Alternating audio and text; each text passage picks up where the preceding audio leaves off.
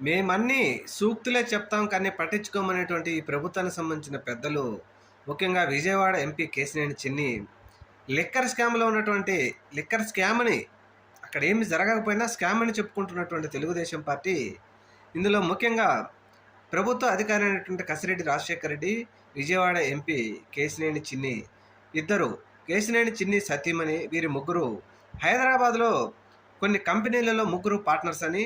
ఇది జూబ్లీ హిల్స్లో survey number 400-423 అనుకుంటా.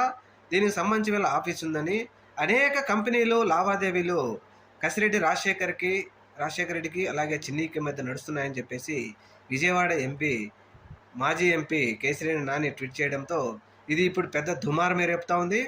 దీని మీద ఎటువంటి సమాధానం చెప్పుకోలేని పరిస్థితుల్లో టీడీపీ ఉంది. అంతే కదా, లిక్కర్ స్కామ్లో ముఖ్యంగా అందరూ వాళ్ళే ఉండి తిరిగి వైఎస్ఆర్సీపీ పార్టీ మీద బురద జల్లడం ఎంతవరకు కరెక్ట్ అని చెప్పేసి ఇప్పుడు ప్రజలు ప్రశ్నిస్తూ ఉన్నారు.